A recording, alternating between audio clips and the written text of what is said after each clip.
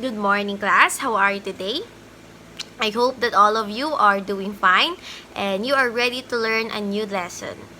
But let us first have our warm-up activity entitled Hangman Game. I know that all of you are familiar with this game.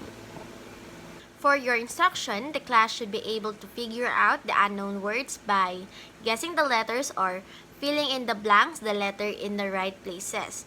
So I will just type the link in the chat box and you just should click it for you to get started. Okay, I know that all of you are done with your hangman game.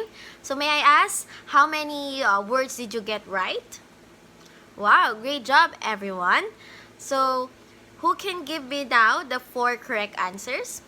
Yes, Jana? Alright, we have telephone, conversation, dark, and light. But can you connect these words and what comes to your mind? Alright, what a nice idea, Mabel. Now I want you to say your opinion about this quote, we are all born equal, and how do you apply this? Oh yes, Michelle, you're raising your hand. Alright, that is right, Michelle, and I also agree with you. In connection with today's context, we can see that there is equality when all of us can have access of online learning and when we show respect with others despite of their skin colors and nationality. How about the others? Do you agree? Indeed, Mabel. So well done, everyone. All of your ideas are correct and commentable. The pre-activities that we just had a while back is actually connected and related to the poem that we are going to discuss for today. So, based on these pictures that I am showing to you right now, can you guess the title of the poem? Anyone? That's right, Ethel. The title of the poem that we are going to read later on is Telephone Conversation, written by Vol Soyinka. And this author of this poem is actually renowned as an African writer in English. And his literature or this poem written by him is actually considered one of the significant literatures under the Afro-Asian literature. And we will know why later. But first, can someone share in this class if you have ever experienced having conversation over the telephone? Was it good or bad? And what can you say about it? That's an amazing experience. And just a short trivia, in the late 19th century, the people before ranted about the telephone's positive aspect. At the same time, they also ranted about what they anticipated would be the negative impact of this telephone. So for you, what do you think should we do to avoid this negative impacts and how should we communicate using this telephone? Okay, so right now I am showing to you the poem and I want you to read it individually. After 10 minutes, we shall read it also together and you will be answering some comprehension questions to check your understanding about this poem. Okay? So read silently or read on your own first.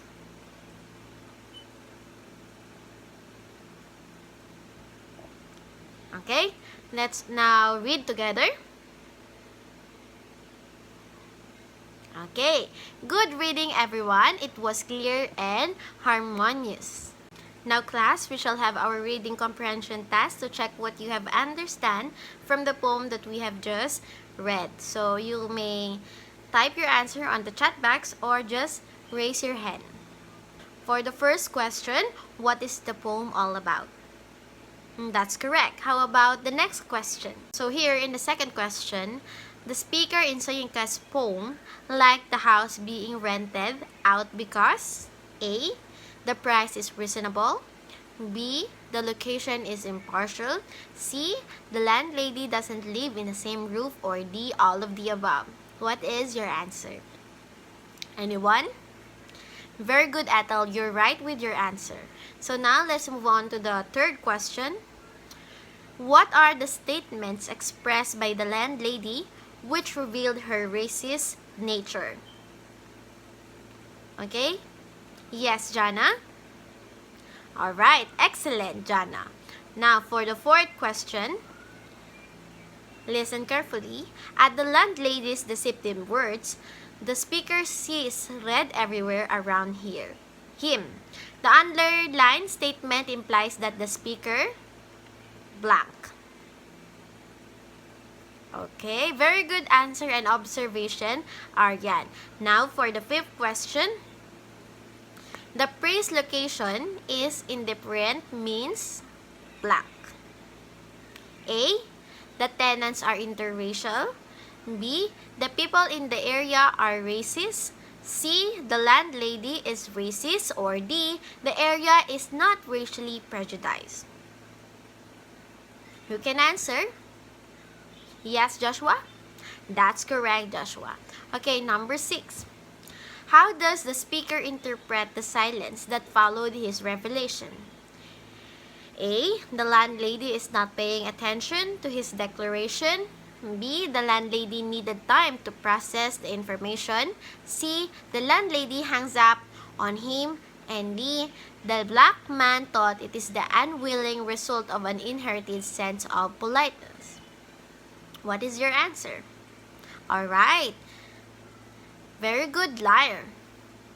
Now class, we shall have a short review quiz to check the extent of what you have understand from the poem that we have just read. So let's test what you can recall. So kindly open this link to direct you to the Socrative application for your quiz. It is just composed of 10 items. So 5 items or 5 points for identification and another 5 points for the essay part. Enjoy answering. Is everyone finished answering? So I guess all of you are done and I will just check it later. I hope you answered all of it. So after our discussion and activities about the poem, which centers on the theme racism, what do you think is the relevance of this poem to your life? Very good realization, Ethel.